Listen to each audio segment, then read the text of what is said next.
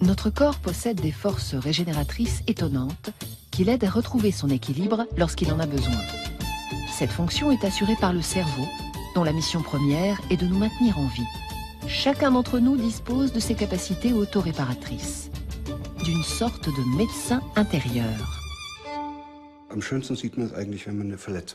On le voit très bien quand on se blesse, par exemple quand on se coupe.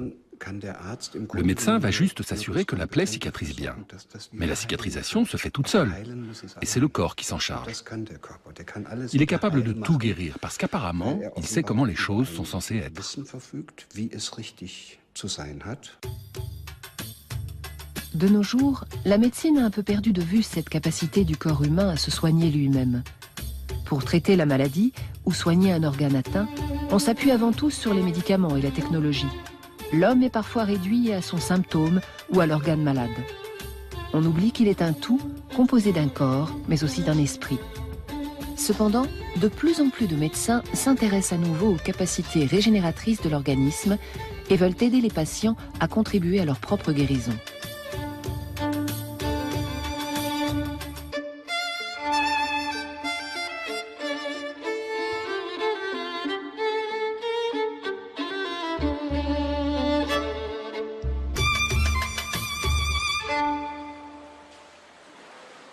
Il y a quelque temps encore, Frank Günther était incapable de nager. Une arthrose douloureuse lui paralysait les genoux et son état de stress constant lui valait des douleurs dans le dos et des maux de tête. Pour finir, un burn-out avait rendu ce père de famille pratiquement inapte au travail.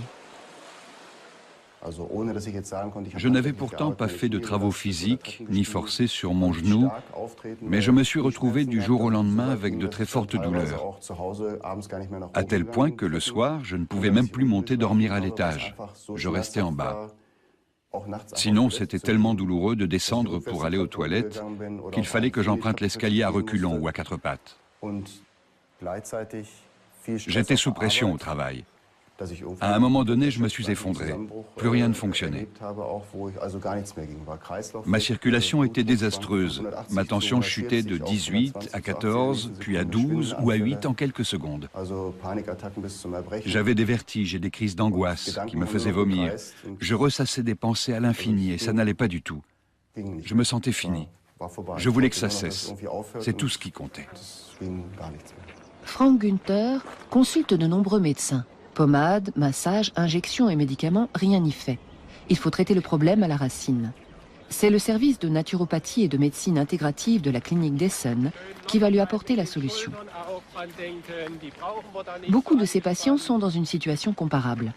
Ils souffrent de maladies chroniques, rhumatisme, douleurs, asthme ou pathologie intestinale, et la médecine conventionnelle n'a plus de solution à proposer.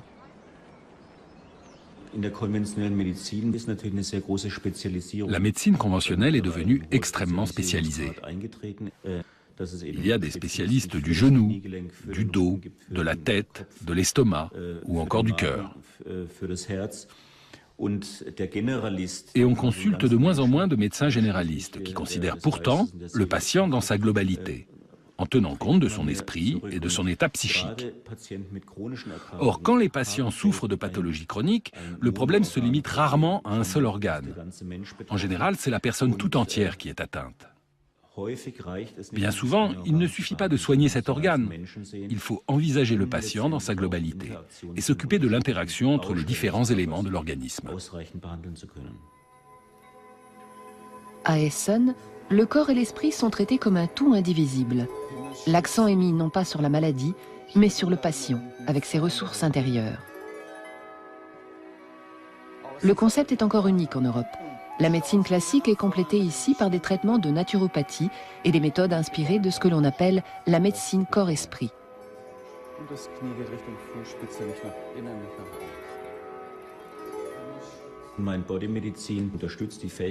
La médecine corps-esprit s'appuie sur les aptitudes du cerveau et de l'esprit à favoriser l'autorégénération de l'organisme.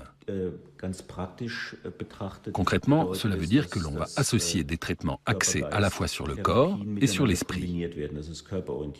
D'une part, des méthodes thérapeutiques physiques telles que les massages, le gua sha ou l'acupuncture, et d'autre part, des techniques qui s'adressent à l'esprit et au psychisme, comme la méditation, la thérapie par le dialogue, ou encore les séances de restructuration cognitive qui permettent de mieux gérer les pensées négatives.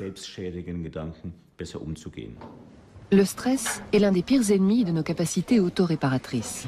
Celles-ci sont beaucoup plus efficaces lorsque nous sommes détendus, optimistes et dans un état d'esprit positif. La médecine corps-esprit est issue des recherches sur le stress et tient compte de ce facteur. Ja, wir machen jetzt den Bodyscan. Das ist eine Übung, die hier zu Entspannungszwecken eingesetzt wird. Das heißt, wir gehen den ganzen Körper einmal durch.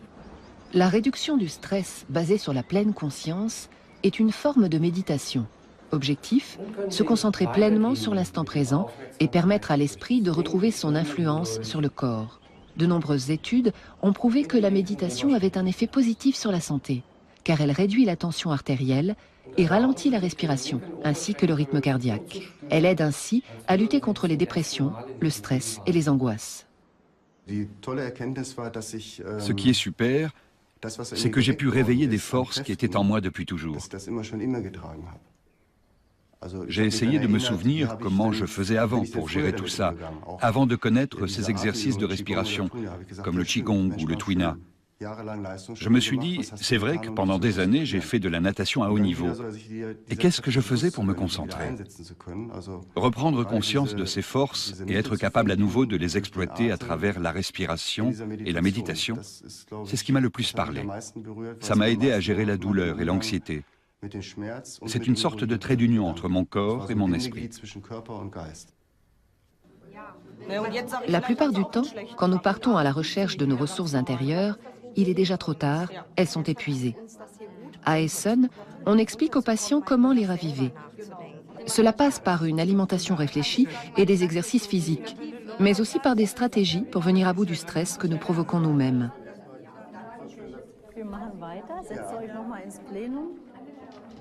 La principale méthode utilisée est la restructuration cognitive. Die Technik, die ich Ihnen vorstellen möchte, kleine Technik, ist das ABC. Das A steht für einen Auslöser. Beispiel: Ich fahre und hab's eilig, Straßenverkehr, wunderbare Möglichkeit zum Üben. Und vor mir, der fährt so langsam, dass die schöne grüne Ampel doch noch rot wird. Événements déclencheurs, évaluation et conséquences. Autrement dit, la façon dont nous évaluons une situation détermine notre réaction. Sereine ou au contraire irritée et stressée. Le stress n'est pas nécessairement négatif en lui-même. Il est nécessaire dans une certaine mesure car il nous rend plus efficaces. Mais ces patients apprennent à éviter les pensées nuisibles et le stress inutile. La médecine corps-esprit offre avant tout des stratégies pour s'aider soi-même. Aux États-Unis, elle fait depuis longtemps partie intégrante du système de santé car elle contribue à atténuer les effets des maladies et à rester en bonne santé. Mais en Allemagne, on lui accorde encore trop peu d'attention.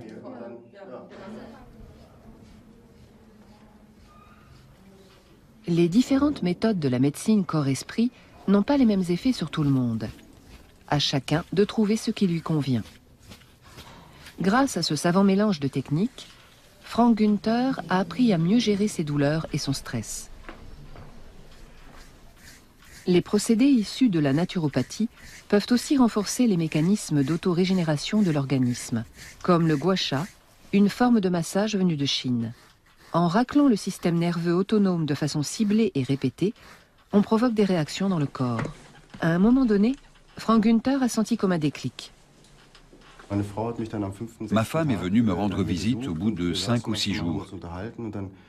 Pendant qu'on discutait, je me disais, elle me regarde bizarrement, qu'est-ce qu'elle a? Qu'est-ce qu'elle veut? Et là, elle me dit, c'est incroyable, tu as l'air tellement apaisé et tes yeux ont changé du tout au tout. Comment ça, mes yeux? Oui, ils ressemblent à ce qu'ils étaient avant. Tu es redevenu toi-même.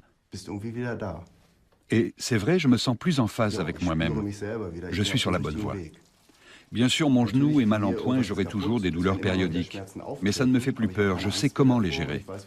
Et j'espère arriver à transposer ces techniques dans mon quotidien.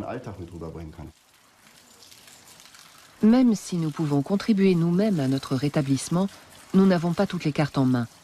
Et nous ne sommes pas seuls responsables de notre santé ou de nos maladies. La plupart des gens naissent en bonne santé. D'un point de vue neurobiologique, on a même un potentiel incroyable à la naissance. On pourrait en faire des choses. Mais cette curiosité et cette soif de découverte qu'on a quand on est petit disparaissent quand on prend de l'âge. Mais au départ, tout se passe bien. Le corps et le cerveau savent ce qu'il faut faire pour nous maintenir en bonne santé. C'est-à-dire que le cerveau remplit parfaitement la mission qui est la sienne et selon laquelle il est structuré, à savoir veiller sur notre corps. On peut comparer ça à la construction d'une maison. À l'origine, les fondations sont parfaitement droites et bien posées. C'est la base saine que nous avons en nous. Et puis on commence à s'adapter à notre environnement, aux exigences de notre famille, de l'école, de notre culture et de l'époque dans laquelle on vit. Plus le temps passe, plus la maison est de guingois. Elle finit par être complètement bancale. Elle se fragilise et s'effondre. Dans le corps, c'est à ce moment-là qu'un organe lâche. Le dos, la hanche, le genou, l'estomac ou le cœur. Il ne supporte plus ce déséquilibre, cette maison qui penche. C'est ce point faible qui provoque la maladie.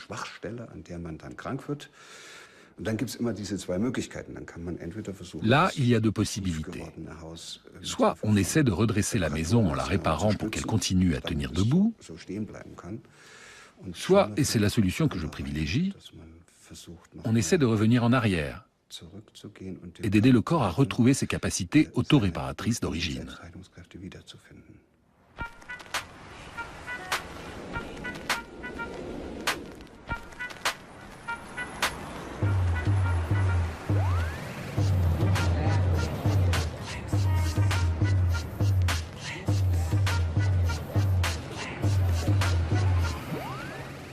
L'université de Harvard, près de Boston, est le berceau de la médecine corps-esprit. On y étudie la réduction du stress basée sur la pleine conscience. En Europe, cette méthode rencontre un succès croissant. Sarah Lazar, chercheuse en neurosciences, a été l'une des premières à étudier la méditation aux États-Unis. Au Massachusetts General Hospital, elle travaille avec la psychologue allemande Britta Holzel sur une question centrale. Que se passe-t-il dans le cerveau des personnes qui pratiquent la méditation ? Depuis 10 ans, on s'intéresse beaucoup aux effets de la méditation sur l'activité et la structure du cerveau. On s'est aperçu qu'une pratique régulière de la méditation provoque des changements dans les connexions à l'intérieur du cerveau et dans la communication intercellulaire. Et ces effets s'accumulent avec le temps. Plus on médite, plus le cerveau se modifie. We're not getting caught up in these emotions, but we're just observing them, the way they're coming up. Des chercheurs avaient déjà constaté que les moines bouddhistes qui méditent quotidiennement présentaient un niveau d'activité plus élevé dans certaines zones du cerveau. Britta Holzel s'est demandé quel effet pouvait avoir une pratique régulière de la méditation sur des personnes stressées et en bonne santé, mais qui n'avaient pas d'expérience préalable de la méditation. Durant 8 semaines, 16 volontaires ont suivi des cours de méditation et ont fait des exercices quotidiens chez eux.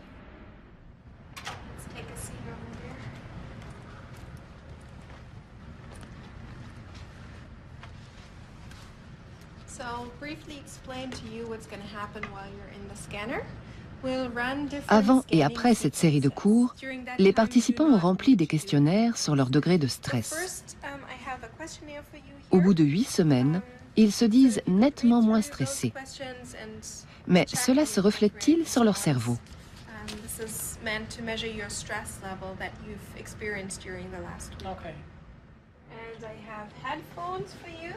L'imagerie par résonance magnétique, ou IRM, révèle des résultats étonnants.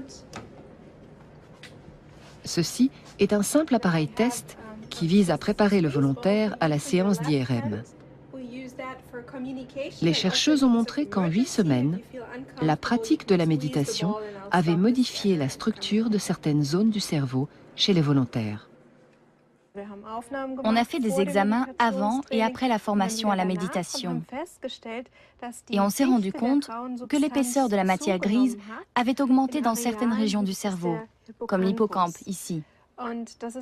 C'est intéressant parce que l'hippocampe est sensible au stress et que les neurones de l'hippocampe peuvent mourir quand le niveau de stress et le taux de cortisol sont trop élevés. La plasticité du cerveau est vraiment fascinante. Les changements intervenus à cause d'un stress sont donc réversibles. Et la matière grise semble se reconstituer. Le stress a visiblement été balayé hors du cerveau, hors de la région chargée de la mémoire et de l'apprentissage. Deux fonctions particulièrement sensibles au stress. Mais pour Britta Hölzel, les bienfaits de la méditation vont plus loin. Ce qui est passionnant, c'est que la méditation aide la personne à voir les choses différemment, à prendre du recul et à comprendre l'incidence de certains événements sur sa santé. Ça permet par exemple de mieux prendre conscience de ses mouvements quand on fait du sport et du coup de se sentir mieux. La méditation est en quelque sorte un outil pour prendre de la hauteur, pour avoir pleinement conscience de ce qu'on fait, de ce qu'on vit et de ce qui nous arrive. Contrairement au traitement médicamenteux, elle offre au sujet la possibilité de contribuer à son propre bien-être.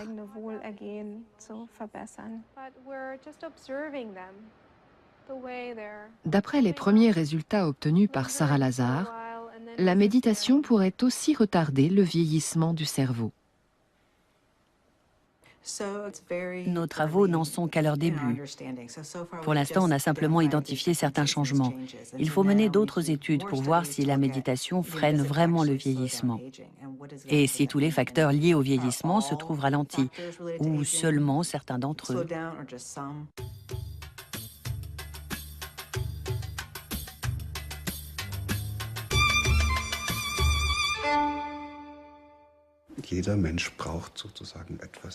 Chaque individu a des besoins différents pour rester en bonne santé et pour guérir. Mais grosso modo, on peut dire qu'on a tous besoin de 3 éléments.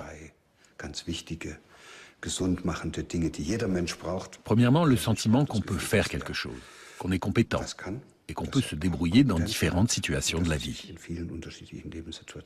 C'est la confiance en soi. J'ai confiance en ma capacité de faire quelque chose. Mais le plus souvent, ça ne suffit pas. On s'en aperçoit quand on tombe malade. Il faudrait alors avoir cette deuxième forme de confiance que beaucoup de gens perdent en grandissant.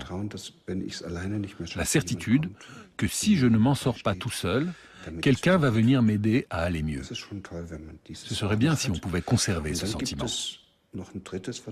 Et puis il y a une troisième forme de confiance, qui est vraiment propre à l'humain et qui est plus difficile à décrire. Elle est liée à la spiritualité et à la foi. Disons que c'est le sentiment qu'on fait partie de ce monde et que les choses vont s'arranger.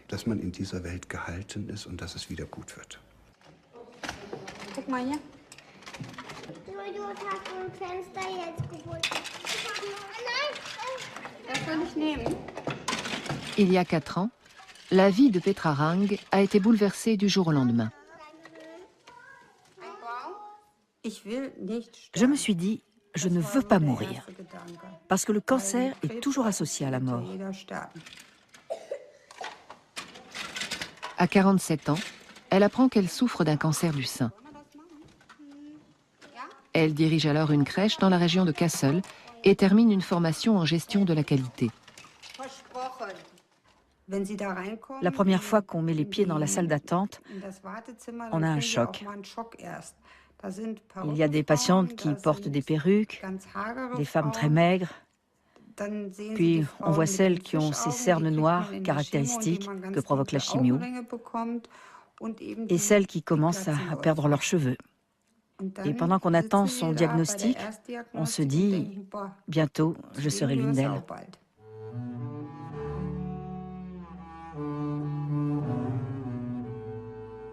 Son sein gauche a dû être amputé, puis reconstruit à partir de tissus prélevés au niveau des muscles du dos. Petra Rang a été traitée par chimio et radiothérapie. Une de ses amies l'a prise en photo peu après l'opération. C'est la vie. Soit on fait front, soit on se laisse gagner par le doute. Moi, j'ai choisi de me battre et d'observer ensuite en quoi j'avais changé.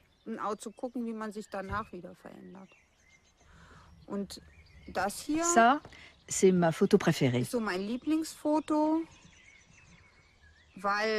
Elle exprime tout.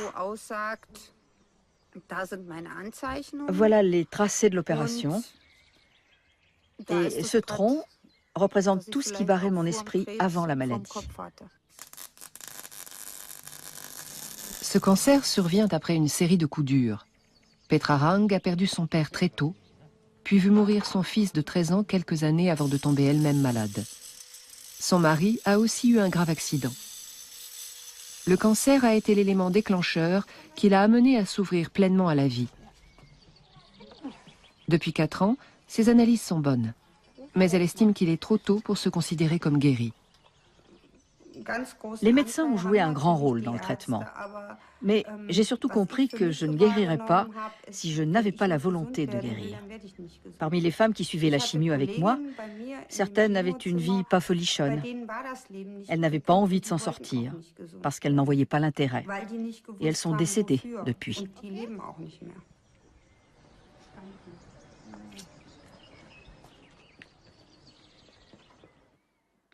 Personnellement, ça m'a permis de prendre conscience de la valeur de la vie.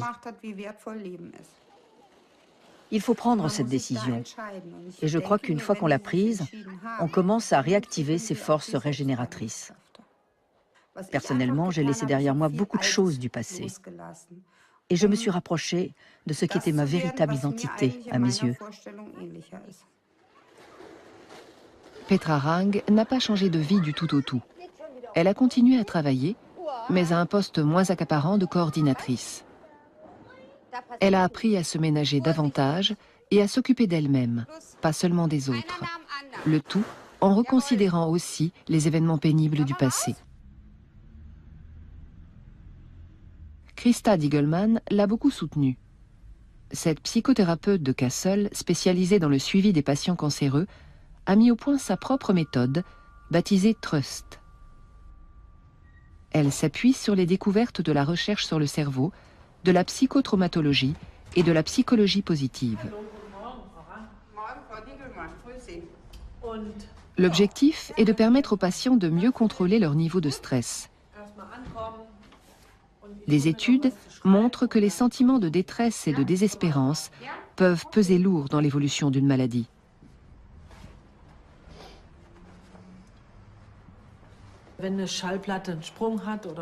Quand un disque est fêlé ou rayé, la tête de lecture reste coincée dans le sillon. C'est un peu ce qui se passe quand un patient apprend qu'il a un cancer. Son cerveau est dans un état d'extrême tension et il ne peut plus traiter les stimuli extérieurs. L'utilité d'une thérapie, c'est qu'on peut remettre la tête de lecture dans le sillon suivant et relancer la musique. C'est le principe de base de mon travail. Je mise sur le fait que chaque patient est doté de ressources intérieures, que chacun est en mesure de renouer avec ses ressources et de les développer pour s'adapter, au bon sens du terme, à sa nouvelle vie, c'est-à-dire pour s'en sortir.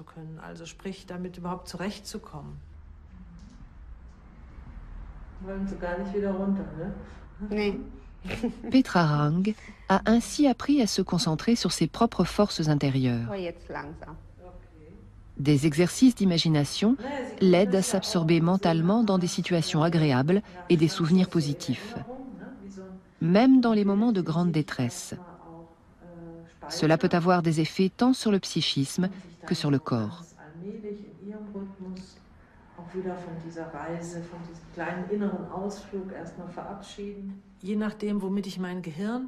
L'activité du cerveau fait aussi réagir le corps. Quand on demande aux patients de se représenter en train de mordre dans un beau citron jaune, on observe tout de suite une réaction de salivation.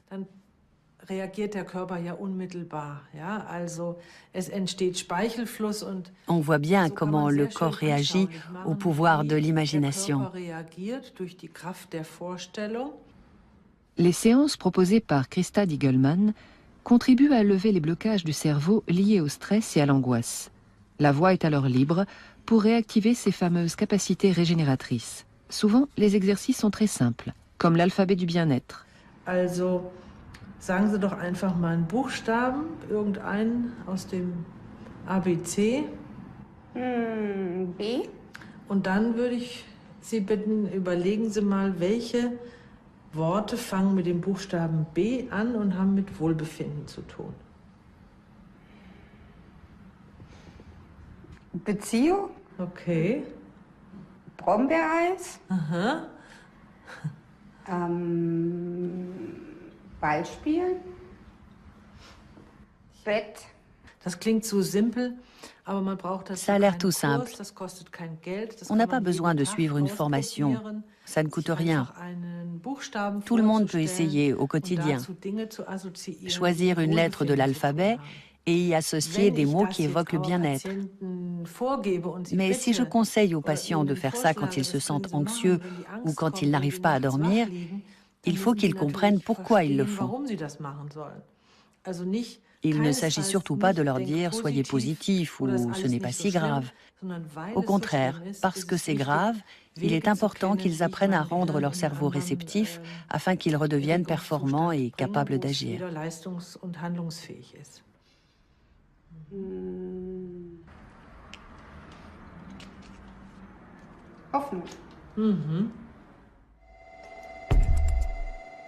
Sur la question des rapports entre le mental et les processus auto-régénérateurs, la recherche sur l'effet placebo apporte des éléments très éclairants. Ulrike Bingel étudie depuis plusieurs années l'action de ces faux médicaments qui n'ont pas d'effet pharmacologique et sont composés uniquement de sérum physiologique, de sucre ou d'amidon. Dans un placebo, ce n'est pas le contenu du comprimé proprement dit qui agit. C'est la croyance qu'on a dans ses effets. Ça fait appel à plusieurs facteurs psychologiques. La croyance, l'espoir, mais aussi les expériences passées avec les médicaments. Si j'ai une attente positive par rapport aux médicaments, si je pense qu'une crème va calmer ma douleur ou qu'un cachet va faire passer mes hauts le cœur, l'effet placebo intervient. L'effet placebo est particulièrement intéressant à étudier dans le cas de la douleur. Une expérience novatrice a été menée à l'hôpital universitaire de Hambourg-Eppendorf. La substance testée n'est qu'un placebo, mais elle a été présentée aux volontaires comme une pommade antidouleur très efficace. Dans le rectangle rouge, on étale une pommade de contrôle. Dans le vert, la prétendue pommade antidouleur. Au bout de 15 minutes, un stimulus douloureux est appliqué aux deux endroits afin que les participants évaluent son intensité. Résultat, à l'emplacement de la crème placebo, le stimulus est jugé moins douloureux. Pour étudier ce qui se passe à l'intérieur du cerveau, l'expérience a été renouvelée dans une unité d'IRM.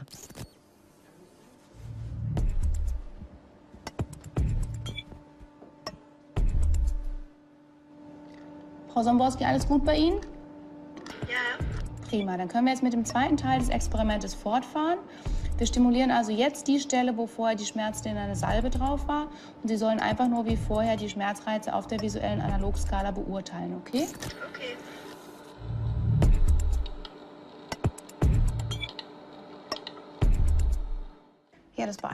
Le plus frappant, c'est que les participants ont ressenti une douleur moins intense à l'endroit où on avait appliqué la pommade placebo.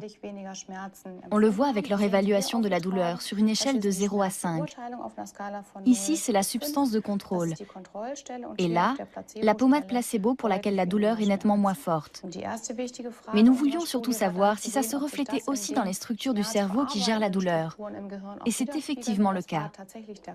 On le voit sur ce cerveau vu de dessus, du côté droit. Vous avez ici le cortex insulaire et le cortex somatosensoriel secondaire. Ce sont des zones qui réagissent habituellement en cas de douleur. Or, elles présentent une activité très faible quand on applique le stimulus là où se trouve la pommade placebo. Nos recherches montrent que cette perception d'une douleur moindre n'est pas le fruit de l'imagination. Elle se reflète dans le cerveau. Quand j'ai l'impression d'avoir moins mal, le thalamus, le cortex insulaire et d'autres zones affichent une activité moins importante. Les chercheurs ont pu identifier une zone chargée d'inhiber la douleur et qui montre, elle, une plus forte activité. Les derniers résultats de la recherche sur le placebo montrent un lien avec les mécanismes régénérateurs de l'organisme. L'analgésie par placebo fonctionne de la façon suivante. J'active mes fonctions d'inhibition de la douleur pour moins souffrir. Cet effet se retrouve ailleurs dans le corps. Une personne souffrant de la maladie de Parkinson qui s'attend à une amélioration de ses fonctions motrices va par elle-même solliciter davantage son système moteur. Dans le cas du système immunitaire, on a même constaté qu'on pouvait modifier les fonctions immunomodulatrices en les éduquant. Cela montre que nous pouvons exploiter ce potentiel nous-mêmes. Grâce à une autre expérience, Ulrike Bingel a prouvé que l'effet placebo pouvait aussi apporter un plus dans le cas d'un vrai médicament. Les volontaires reçoivent cette fois un analgésique en perfusion. Selon ce que leur dit l'expérimentatrice, l'effet est variable. Si elle leur annonce que leur douleur va diminuer, beaucoup de participants perçoivent effectivement un soulagement. Ceux qui n'ont pas été prévenus, en revanche, n'en retirent pas les mêmes bienfaits. Pourtant, tous ont reçu le même analgésique puissant. Dann geht's jetzt los. Ich befestige diese Thermode wieder, über die wir die Wärmereize und Hitzereize verabreichen. Okay. Okay, wenn Sie die einfach hier so ein bisschen... Ich starte jetzt gleich drüben das Programm, dann kommen immer die Hitzereize, die Sie auf der Skala, die Sie schon kennen, beurteilen. Okay? Und dann geht's gleich weiter. Gut. Au début, les volontaires signalent une douleur moyenne à forte. Sur une échelle de 0 à 100, ils indiquent 70, ce qui est déjà assez élevé. Quand le participant ne s'attend pas à ce qu'on lui injecte un analgésique, les opiacés ont un effet sur la douleur, mais limité. C'est normal puisque ce type de médicament fonctionne aussi sur les patients inconscients. Mais l'effet analgésique est presque 2 fois plus puissant quand le participant sait ce qu'on lui injecte. Il y a autre chose, et c'est tout aussi important d'un point de vue clinique. Chez les volontaires qui ignorent qu'on leur injecte le médicament et qui ont peut-être des attentes thérapeutiques négatives ou pensent qu'on ne leur donnera rien, l'effet disparaît presque complètement. Vous voyez, la douleur remonte au niveau de départ, alors que le participant a reçu un très fort analgésique. On voit que les attentes de chacun jouent un rôle très important quand on administre un médicament, au moins aussi important qu'avec des placebos. L'idéal est donc d'associer les médicaments et autres traitements avec des attentes thérapeutiques positives. Cela permet de limiter les effets secondaires indésirables des substances, voire de réduire les doses médicamenteuses. Le médecin joue lui aussi un rôle décisif. S'il est capable d'établir une relation de confiance avec le patient, il peut faciliter la guérison. Si au contraire il véhicule des sentiments et des attentes négatives, cela sera nuisible au processus ou même au patient. Car c'est alors qu'intervient le jumeau maléfique de l'effet placebo, l'effet nocebo. La confiance et les attentes du patient sont donc déterminantes. Et cela passe non seulement par le médecin, mais aussi par les notices des médicaments ou les informations diffusées par les médias. Gut. Ich befreie Sie hier von unserem Schmerzinstrumentarium. Honnêtement, on connaît ces effets depuis plusieurs millénaires. Hippocrate expliquait déjà que certaines herbes ne faisaient effet qu'en association avec certaines paroles. Ce sont des connaissances très anciennes, et beaucoup de médecins les utilisent depuis longtemps de façon intuitive, sans forcément les exprimer sous cette forme. Mais moi, j'aimerais qu'elles soient appliquées par tous, de façon beaucoup plus systématique, et pas seulement par quelques médecins. Il faudrait que ce soit mieux pris en compte dans l'ensemble du système de santé.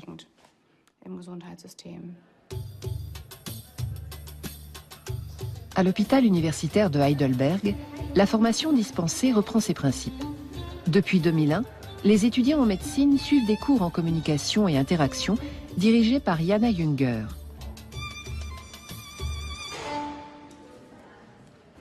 Wann haben denn die Bauchschmerzen bei Ihnen eingesetzt das erste Mal, so für längere Zeit? So genau kann ich es Les séances filmées visent à combler les lacunes dans la formation des futurs médecins, car la conduite des entretiens avec les patients est souvent leur point faible. Ce module fait partie intégrante du programme d'études et compte pour les examens. De plus en plus d'universités suivent cet exemple. Les étudiants apprennent à écouter les patients et à mener les entretiens qui jalonneront leur quotidien de médecin, donner un conseil, annoncer un diagnostic ou une mauvaise nouvelle.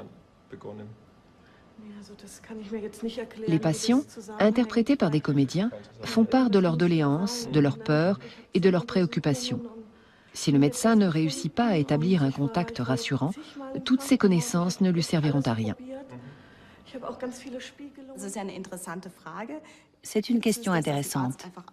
Est-ce qu'il existe des médecins très calés du genre Dr House avec un côté sympathique, mais qui ne savent pas communiquer avec leurs patients? Pour nous, ce genre de personne ne peut pas être un bon médecin et ne devrait même pas choisir ce métier. C'est pourquoi nous mettons l'accent sur les aptitudes à communiquer. Nous pensons qu'une personne incapable de communiquer ne peut pas devenir médecin. C'est tellement central pour aider les patients, ça ne peut pas passer à la trappe.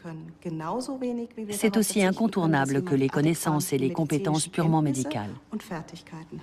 Ich möchte wieder regelmäßig zur Arbeit gehen können und ich will endlich, dass mein Leiden aufhört. Les étudiants découvrent ainsi leur propre influence sur le rétablissement de leurs futurs patients. Parfois, ce sont de petits détails qui font la différence. Être à l'écoute, poser des questions montrant l'intérêt du médecin pour le patient, trouver les mots qui rassurent. Si la confiance s'instaure, la guérison peut commencer. En juillet 2010, l'Ordre des médecins allemands a reconnu officiellement le rôle de l'effet placebo et recommandé qu'il soit pris en compte par les médecins. D'autres recherches montrent aussi qu'il est possible d'établir jusqu'à 80% du diagnostic dès l'anamnèse, c'est-à-dire lorsque le patient fournit des renseignements sur ses antécédents. Il serait donc possible de se passer de certains outils de diagnostic plus coûteux ou de les utiliser de façon ciblée. L'idéal, quand on voit un patient pour la première fois, c'est de prendre en compte les aspects psychologiques et sociaux dès l'anamnèse. Autrement, on risque de se concentrer sur les problèmes physiologiques et de se demander après coup ce qu'il faut faire pour traiter le psychisme. Si vous essayez dès le départ de comprendre les liens entre ces deux aspects, vous pourrez mieux les traiter. Dans ce premier entretien, il est amplement suffisant d'annoncer le diagnostic. Dire « vous présentez des troubles somatoformes, mais on ne sait pas encore très bien d'où ils viennent ». Notre objectif, c'est de comprendre ensemble ce qui vous arrive. Et ensuite, demander « qu'est-ce que vous en pensez, vous ?» Ce n'est pas anodin de consulter un médecin. On y va en général quand on traverse une crise, à moins que ce soit pour un bilan de santé préventif, mais là aussi, la communication est importante. Donc soit une crise psychologique, soit un gros problème physiologique. En un mot, on consulte quand on est en situation de détresse. Le médecin joue alors un rôle central de guide pour traverser cette crise. Il doit poser les jalons pour que le patient puisse activer les forces qui sommeillent en lui. Celui-ci pourra alors guérir à la fois avec l'aide extérieure du médecin et en puisant dans ses ressources intérieures et préserver sa santé aussi longtemps que possible. Mais pour obtenir ces résultats, il faut du temps. Or, les impératifs de réduction des coûts empêchent souvent le corps médical de se consacrer pleinement aux patients. De plus, tous les praticiens ne connaissent pas l'importance de ce fameux médecin intérieur. Si les mécanismes régénérateurs des patients étaient mieux exploités, il serait pourtant possible de réaliser des économies considérables à long terme.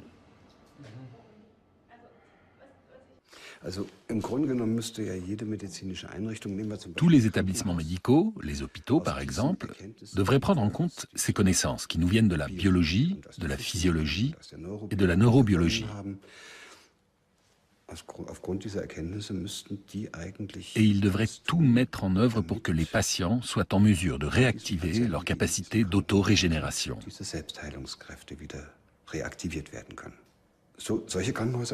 Certains hôpitaux le font, avec de très bons résultats.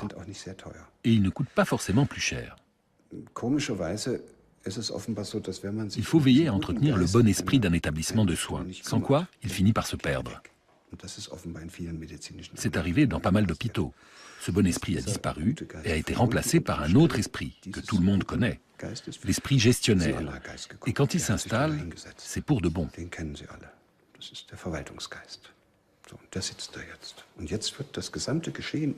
Il se met à gouverner tous les gens qui travaillent dans cet hôpital, du chef de service à la femme de ménage. Et pour finir, ce sont les patients qui sont à leur tour gérés. Cet esprit gestionnaire devient la seule force à laquelle il faut obéir et qui crée des obligations. Combien de temps doit durer une consultation? Comment faut-il nettoyer les chambres? Quelles sont les missions d'un médecin-chef, etc. Mais il n'y a plus de dialogue dans tout ça. D'un point de vue neurobiologique, physiologique et psychosomatique, on sait que ça ne peut rien donner de bon. Les coûts de gestion augmentent et pourtant on guérit de moins en moins de patients.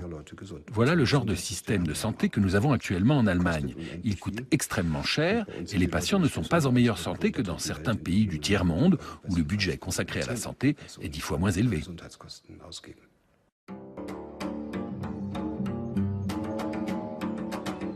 Dans les années 1980, l'oncologue et hématologue Gerd Nagel a eu un cancer qui a radicalement changé sa conception de son métier. J'ai établi moi-même mon diagnostic. J'avais remarqué des points rouges sur mes pieds et mes jambes. Pour un hématologue, ce n'est pas un bon signe. J'ai fait des examens sanguins, étudié tout ça au microscope et constaté qu'il y avait des cellules malignes. Ancien président de la Ligue allemande contre le cancer et directeur d'un hôpital universitaire, Gerd Nagel est à l'époque au sommet de sa carrière. La forme de leucémie dont il est atteint passe pour pratiquement incurable. Il décide pourtant de venir à bout de la maladie. Il sait que la chimiothérapie est indispensable, mais ne veut pas s'en contenter. Le grand défi pour moi, c'était de savoir comment je pouvais moi-même contribuer à vaincre mon cancer. Quelles ressources j'avais en moi et quel genre de médecin intérieur je pouvais activer moi-même. Là, j'ai eu un grand choc, pas tellement à cause du diagnostic, mais plutôt en raison d'une prise de conscience. Je ne savais plus qui j'étais. Pendant toute ma carrière, dans tout ce que j'avais construit, dans ce milieu médical où la concurrence est si rude, je m'étais perdu. Moi, mes sentiments et mon identité. Ça a été un moment très difficile. Je me suis dit, je ne peux pas commencer ce traitement et me battre contre la maladie tant que je n'ai pas retrouvé mes propres forces. Il fallait d'abord que je retrouve ce qui avait fait mon identité d'autrefois.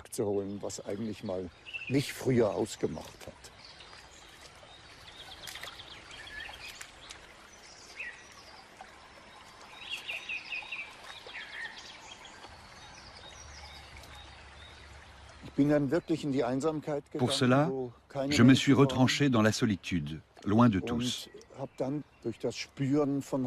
Je savourais le contact du bois, des branches noueuses. Je pataugeais dans l'eau. Je faisais de l'exercice. Je courais pieds nus dans la mousse, sans parler, sans réfléchir. Je me concentrais sur mes sensations. Et c'est allé vite. J'étais très surpris. Au bout de 10 jours, j'étais presque redevenu moi-même. Gerd Nagel a suivi une chimiothérapie. Et il a réussi à vaincre le cancer.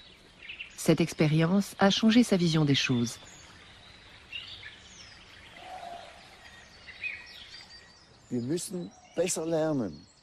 Nous devons apprendre à mieux cerner les forces des patients, les aider à renforcer leurs ressources et à tenir compte de ces ressources dans le traitement médical. Je me suis rendu compte à cette époque que nous avions des lacunes énormes en la matière. En 1993, Gerd Nagel a ouvert sa propre clinique de biologie tumorale à Fribourg-au-Brisgau. Il a pu mettre en application sa conception d'une médecine holistique centrée sur les patients.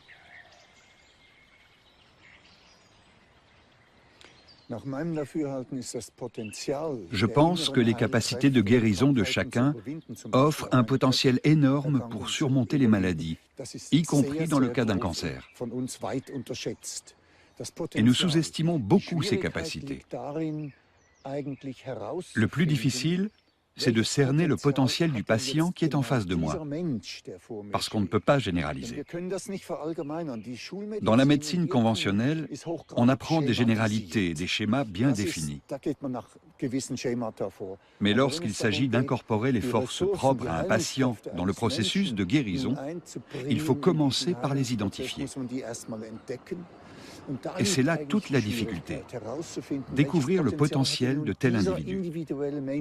Kommt schon, der Professor Nagel? Grüezi, Frau Sänger.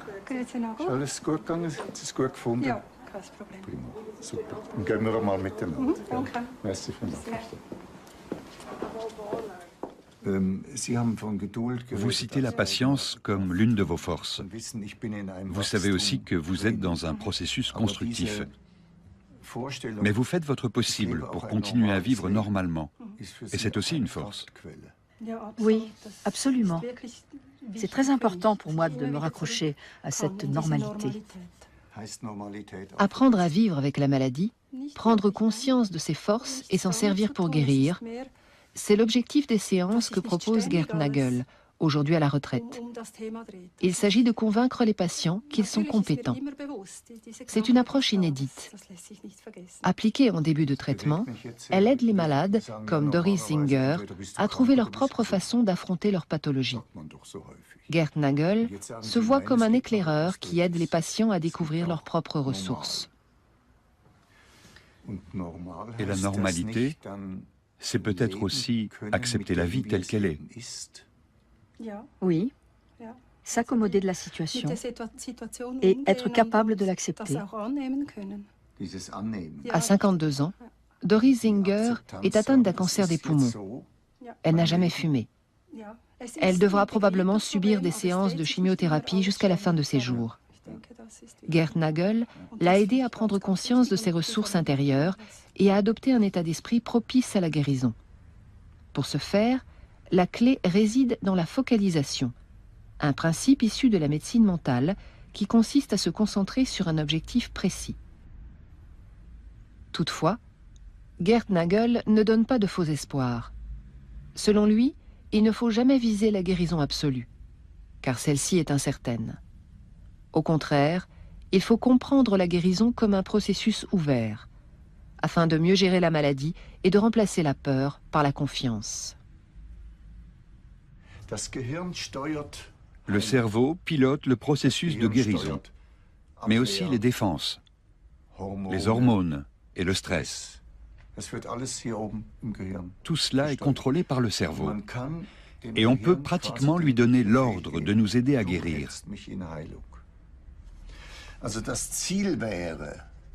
C'est comme si on se fixait une destination, Hawaï. C'est notre objectif, la guérison. Il ne faut pas l'oublier. L'atteindre, c'est une autre histoire, mais le but, c'est de guérir. Et il faut vous dire que vous êtes en route vers la guérison. Vous êtes à bord d'un avion et le pilote automatique est réglé sur la destination guérison. Vous êtes en chemin, embarqué dans ce processus de guérison. Cette image de l'avion de la guérison, il faut toujours l'avoir en tête.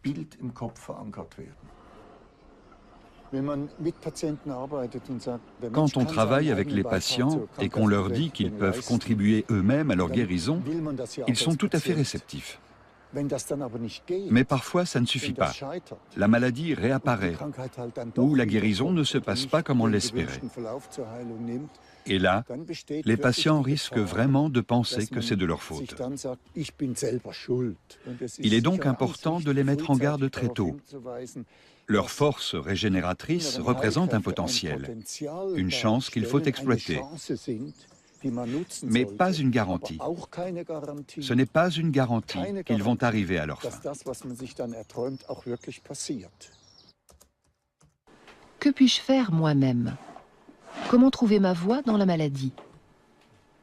Comment continuer à mener une vie normale? Autant de questions que se posent les patients compétents. Pour les encourager à agir, Gerd Nagel a créé une fondation pour la compétence du patient. Je suis un peu virulent sur le sujet, mais il faut le claironner partout. C'est un scandale que le système de santé ne se préoccupe pas de rendre les patients compétents. On finance tous les traitements possibles et imaginables, mais en dehors de la médecine de rééducation, on ne finance pas du tout ce qui pourrait encourager la compétence des patients, ce qui les aiderait au quotidien. Or, cette forme de conseil, c'est vraiment l'avenir du système de santé. Je crois qu'à terme, ce genre de prestation finira par être remboursé par les caisses d'assurance maladie. J'en suis certain, parce que notre société en a besoin. Et je continuerai à me battre pour ça jusqu'à la fin de mes jours.